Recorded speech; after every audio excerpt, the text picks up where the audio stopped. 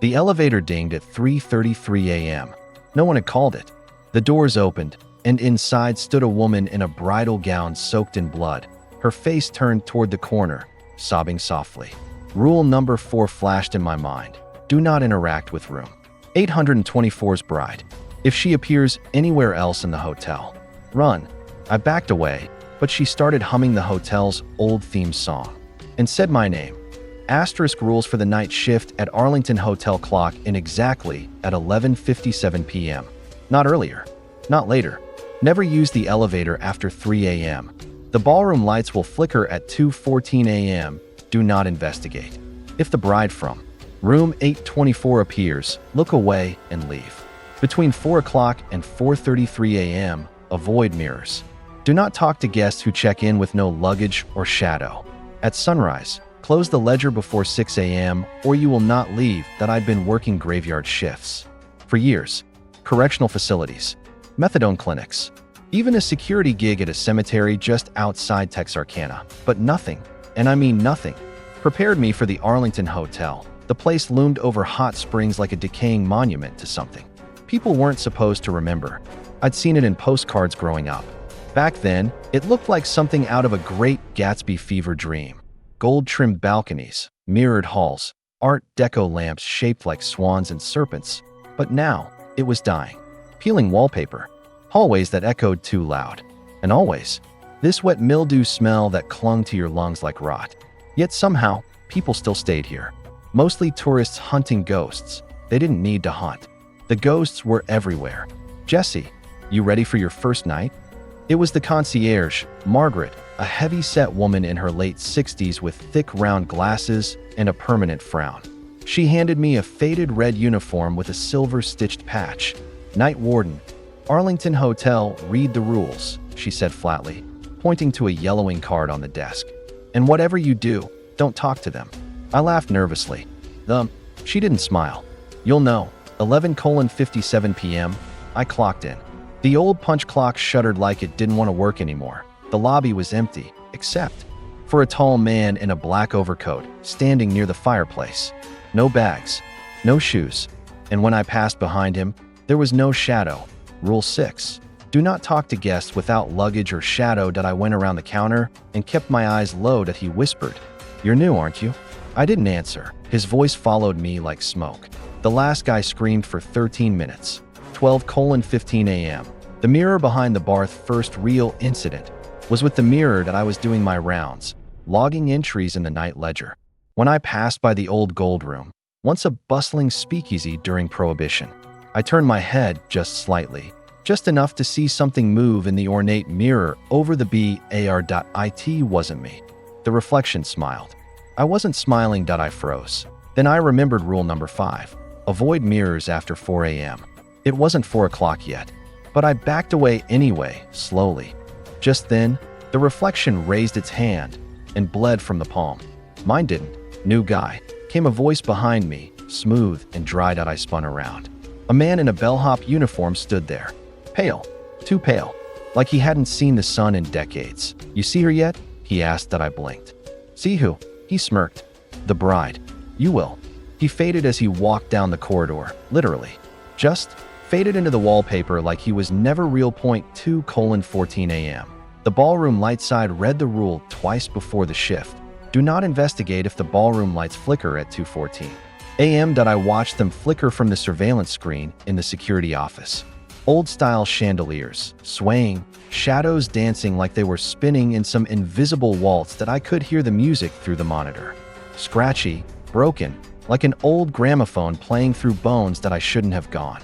I know, but I was curious, and curiosity here kills you slower. The ballroom was bathed in ghost light.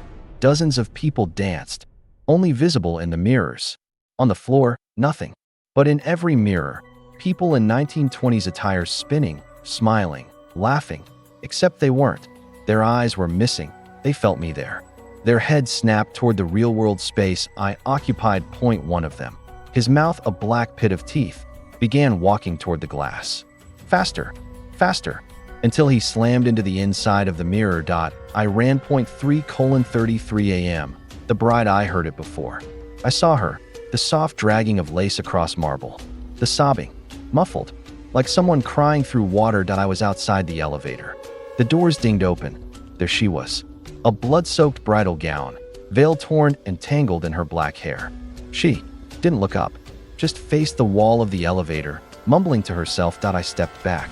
My throat went dry. She turned her head slightly. "You saw him in the mirror," she whispered, voice gurgling. That's when she started humming the Arlington Hotel theme. I didn't even know there was one, but I knew the tune. I'd heard it, playing from room 824. Her head twitched. Then she said it. "Jesse." That was my name. I ran. I don't remember my legs moving, just the cold, the panic, the sound of her humming chasing me like a plague. 4:00 for 33 a.m. The mirror hour. Margaret had told me, "This window is death. Do not look at any reflective surface. Not spoons, not windows, not puddles. If you see yourself during this time, it sees you back." I stayed in the boiler room. Lights flickered. Voices whispered my name through the pipes. I in the corner was a puddle of black water. I closed my eyes, but when I opened them again, I was no longer in the boiler room. I was in room 824. And the bride was holding my hand. 6:00 a.m. Ledger deadline. I barely made it. Stumbled into the office, frostbite on my fingers, bite marks on my neck. I still don't know who or what, and slammed the ledger shut at 5:59:44. At the moment it closed, the hotel exhaled. That's the only way I can describe it. Everything went back to normal. Margaret was waiting at the desk. "You closed it?" I nodded. "Good," she said. "Because if you didn't, you'd be part of the staff." She handed me a cup of black coffee and a new page for the rulebook. It had my name on it now, and rule number 8 had been added. 8. If you survive your first night, never quit. The hotel won't let you. It said no one checks out of room 824, but plenty check in. Some say the bride was once real. Others say she was summoned. All I know is this. I made the mistake of looking into the room's peephole last night, and now she whispers to me in my sleep. I didn't sleep the entire next day. I tried. Pulled the heavy blackout curtains tight in my apartment, stacked furniture against the door, and downed half a bottle of whiskey just to numb the images swirling in my brain. But when I closed my eyes, I still saw her, the bride, drifting toward me in a hallway that kept stretching longer and longer, her hands dragging broken fingernails across the walls, her mouth mouthing something I couldn't hear. And worst of all, her eyes were mine. At 10:45 p.m., I got the call. Margaret's voice on the other end was sharper than usual. "The man from 2B checked in again," she said. "Same as last week. No bags, no records, just his key and a smile." "Shadow?" I asked. "None." "Then why is he in a room?" "Because the hotel wants him here tonight. Clock in early." "But the rules," I said. "Clock in early." Clicked out. I stared at the phone. Cold sweat slicked my palms. This wasn't protocol. Rule number 1 was never clock in before 11:57 p.m. That rule had been underlined, and Margaret never broke the rules. Something had changed. 11:32 p.m. Premature return. The lobby was almost empty. The man from 2B sat near the fireplace again. Only this time, he had a suitcase that should have made it less creepy. It didn't, because the suitcase was whimpering, just faint, like something inside was breathing shallow and fast. I walked wide around him, kept my eyes averted. "New shoes?" he asked suddenly. I froze. "Didn't peg you for the loafer type." I didn't answer, just went to the security desk and punched in. The clock read 11:57 p.m., but my watch said 11:49. I looked back at the wall clock. The hands were moving backwards. 12:08 a.m. The door to nowhere new maintenance request came in from the 8th floor. Door between 820 and 822 is stuck. No such door exists. Check immediately. I took the stairs. The elevator's panel still glowed strangely after 3 a.m., even when it wasn't being used. The hallway on 8 was quiet, soft amber lighting giving everything an unnatural, candlelit look. I passed room 820, then 822. And between them, a door, unmarked, no knob, just wood and red trim. It pulsed faintly, like it was breathing. I reached out to touch it. "Don't." The voice in my head wasn't mine. I turned to leave, and that's when I heard it. A soft knock. Then, from inside, "Help. Me." The voice of a child. I backed away. Fast, something scratched the inside of the door. Then the wallpaper started peeling off, in the shape of hands pressing against it. I turned and ran. Didn't look back. Didn't stop until I reached the lobby. Again, Margaret was waiting there with a cup of steaming coffee and a sheet of paper. "New rule," she said. She slid it across the desk. "Rule number 9. If a new door appears between 820 and 822, ignore it. It is not for you." "Why me?" I whispered. Margaret looked sad. "Because she likes you." "Who?" She didn't answer, but I already knew. 2:00 a.m. A visitor from 1927. I was on camera duty when I saw the ballroom flicker again. This time, I didn't move. I kept my eyes on the screen. That's when one of the mirror people stopped dancing and walked toward the glass. The feed fuzzed, and suddenly, he was on the other side of the camera, staring at me through the monitor. "Jesse." I yanked the power cord from the wall. The monitor went black, but the reflection, still there, now in the dark screen, smiling. The reflection's mouth moved. "Room 824 is waiting." I got up, heart hammering, and back toward the hallway. I didn't want to go there. Every instinct in me said stay away, but something in my legs, something that wasn't mine, started pulling me forward. 3:10 a.m. Room 824. The hallway smelled like old flowers and rotting lace. Room 824's door looked different tonight. Bloated, swollen, like it had grown.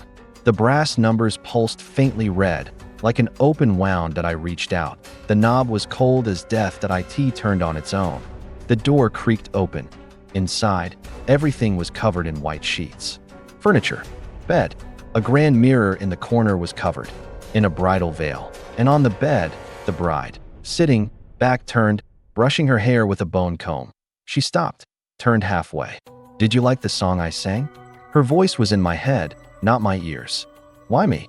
I croaked. "Because you stayed. You stayed when the others ran. I don't want this." She laughed.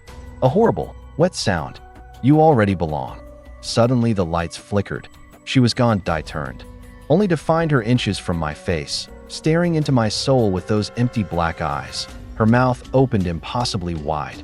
Inside it was my reflection. I screamed and passed out. 5:55 a.m. Escape attempt. I woke on the lobby floor, ledger still open, blood on the marble. Margaret stood over me, holding a flashlight and what looked like a bundle of black hair. "Don't sleep in the hotel," she whispered. "She'll root in your dreams." I stared at her. "I'm quitting." "You can't. Screw your rules." "It's not me you have to worry about," she said. "It's her. She can't leave the room. You saw the ballroom, Jesse. She is the hotel." I ran, down the stairs, through the back maintenance halls, all the way to the parking lot. But the moment I reached my car, it was gone. In its place, the elevator, standing open, dinging, waiting. Inside it, the bride stood smiling, and in her hand, my name tag. They told me the Arlington Hotel had 11 floors. But last night, the elevator stopped at floor 12. There was no button for it. No lights. Just that soft ding and a whisper. "You're ready to see where the hotel was born." 11:57 p.m. Night 3 begins. I didn't want to go back. I swear on my mother's grave. I tried to run. I packed my stuff, left the city limits, drove an hour past Hot Springs. No phone, no signal. Slept in my car behind a Walmart. Thought I'd escaped. But when I woke up at sundown, I was parked in front of the Arlington. Same exact spot. The concierge was waving at me from the lobby like I'd just returned from vacation. The automatic doors whooshed open. Margaret didn't look up from her book as I entered. Just slid the punch card across the desk like usual. "Welcome back, Jesse." I left. "You dreamed that. You think this is normal? I think you've seen too much to leave now. This place is alive. More than you." No. On the desk was a new sheet of paper. The rules had changed again. Blacknib night shift rules. Updated clock and only when summoned. If the elevator opens to a floor that doesn't exist, enter, but only if you hear your name first. At exactly 3:15 a.m., a bellhop will offer you a black envelope. Do not open it. If you hear children playing from the ice machine room on floor 6, leave immediately. They are not children. Between 4:10 and 4:45 a.m., avoid the West Hall window on floor 10. Something watches from outside and might remember you. If the ballroom mirror cracks, Do not try to repair it. Always close the ledger before 6 a.m., or your reflection takes your shift. 8. And never, under any circumstance, step on a floor 12 unless she calls you by name. 12:24 a.m. The elevator that shouldn't exist. It happened while I was checking the stairwells that I was walking past the elevator lobby on the 5th floor when I heard the ding. But the elevator didn't stop at 5. That the lights on the floor indicator kept rising. 10, 11, 12. Then it stopped. No button. No light. Just the number 12, glowing in red. And then I heard it, soft, feminine, right behind my ear. Jesse. The whisper was inside me, and the elevator doors opened.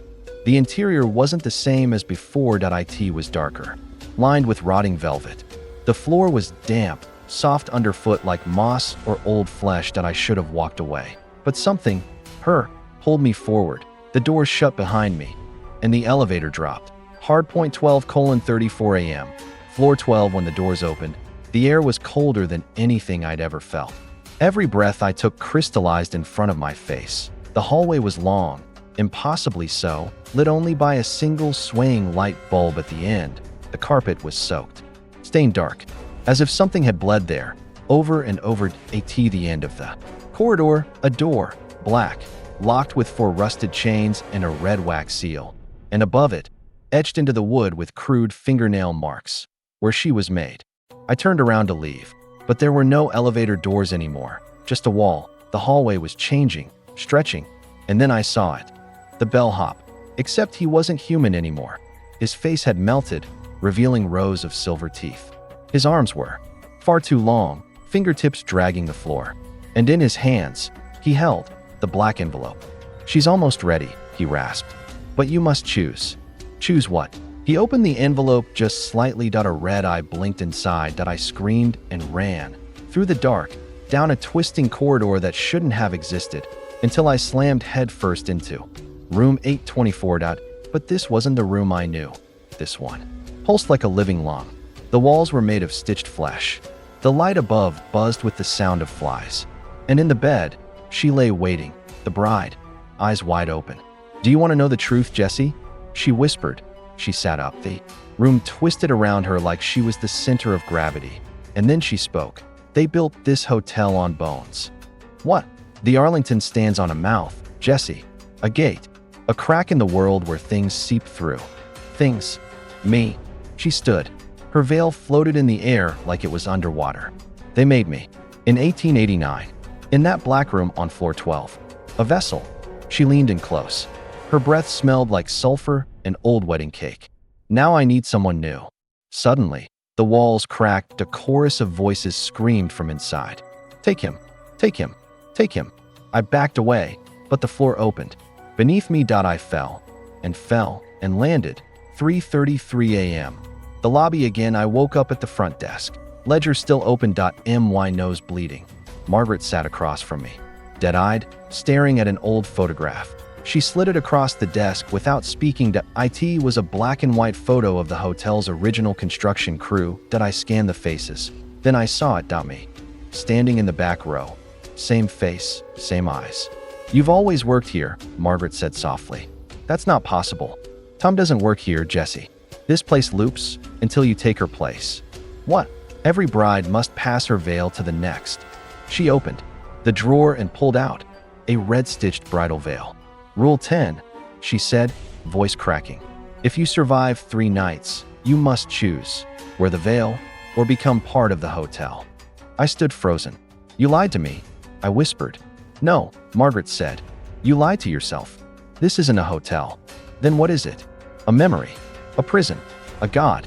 And then the lights went out. All of them, from the basement to the ballroom. And in the blackness, the bride sang her song again. Only this time, I sang it too. The Arlington Hotel doesn't let you leave. Not because it's haunted, but because it's alive. And it needs someone to feed it. Every generation, someone becomes the bride. And last night, it chose me. 11 to 57 p.m. Final clock, and I almost didn't show up. But as I lay in bed, trying to resist the pull, I realized something. There's no such thing as quitting the Arlington. If you don't clock in, it clocks in for you. And if you're not there to do the job, it sends something else to fill in. I learned that the hard way. when I looked out my window at 11:45 p.m. and saw myself walking toward the hotel entrance, smiling, wearing the red uniform, punching in with my hand that I threw on clothes and chased after it by the time I reached the front doors. The double glass panes were already swinging shut. Inside stood Margaret, and standing next to her was me, not a doppelganger, not a hallucination, just a slightly older version of me. Eyes darker, smile wider, he winked. Late again. The doors locked. The final set of Arias. Margaret slid the last sheet toward me through the side window of the lobby booth. That rules for the fourth night. If you see yourself, do not approach. You won't survive the conversation. The bride will knock 3 times. Ignore the first. Prepare on the second. Open on the third. If the ballroom begins to flood, do not enter. That water remembers things. At 3 a.m., room 0 will appear. On the roof. Enter only if you're ready to know.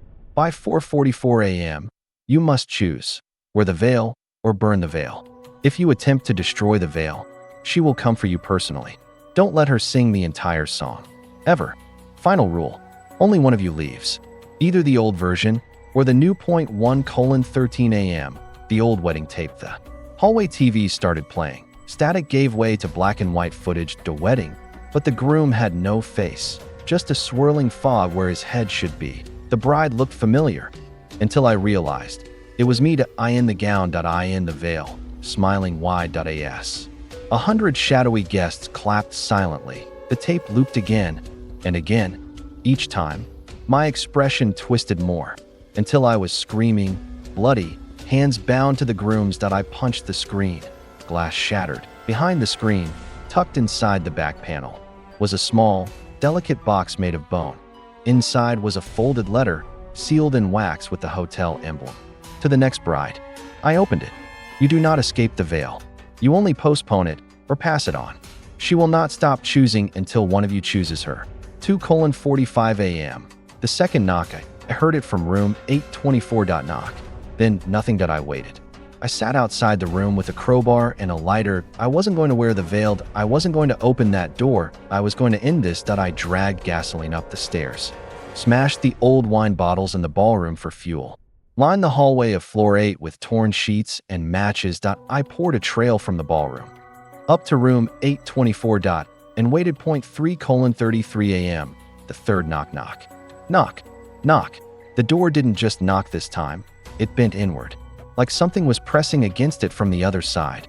The walls around it bled. Veins throbbed under the paint. Then came the singing, the final verse of the hotel's theme. Come stay where time forgets, and we'll show you your regrets. Sign the page, wear the red, and sleep beside the newly dead.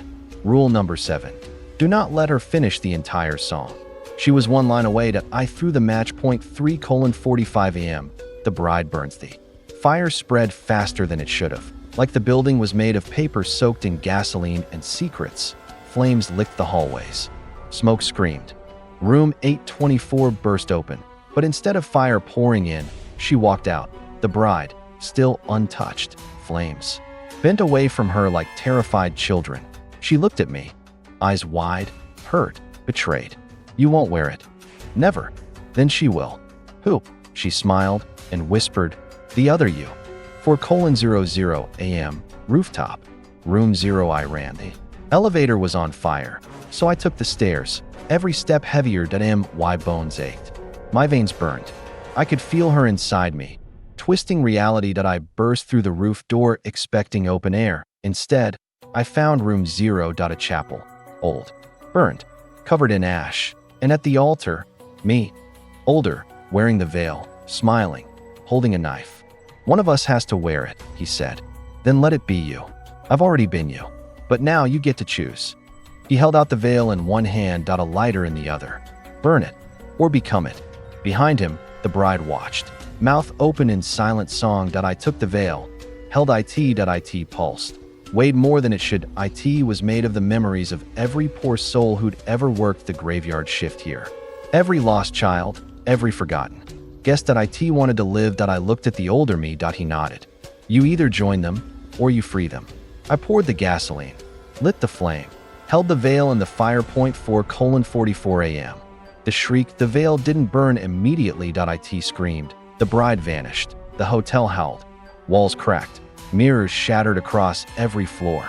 Names began vanishing from the night ledger. Centuries of names, lost to smoke and flame.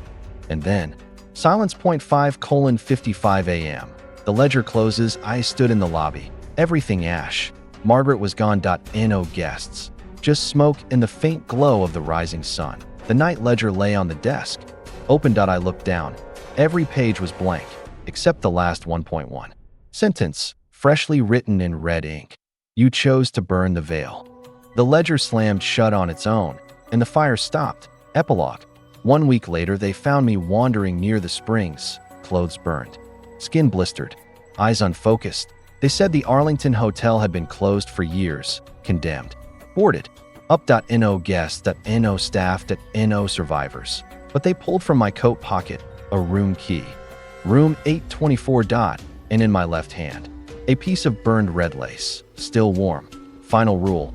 There is no escape from the Arlington. Only inheritance. They'll say it never happened. They'll say the Arlington Hotel was abandoned long before I ever worked there. But I remember the bride's face. I remember the heat of the fire. And I remember what she whispered before the smoke swallowed. Everything. You can burn the veil, Jesse, but you can't burn what's buried underneath. 1 week later, State Psych Facility, Hot Springs, Arkansas. Let's start again, Mr. Reeves. The psychiatrist tapped her pen against the clipboard. A young woman, clean blazer, eyes that didn't believe a word I was saying. Tell me what happened during your shift at the Arlington Hotel. I leaned forward slowly. I told you before, the hotel's not haunted. It's alive. She smirked, wrote something down, and you set it on fire because the building spoke to you. No, because I wasn't going to wear the veil. Silence. The veil, she repeated. You mean the bridal veil? I mean the curse. The inheritance. The soul-binding anchor that keeps that place feeding on whoever walks through the doors. She looked at me with pity. I looked down at my hand. The burn marks were still there, even though they swore the fire never happened. Flashback. The night the hotel the flames hadn't touched her. The bride walked through smoke like it was incense, her face aglow with unnatural peace. You chose to burn it, she said.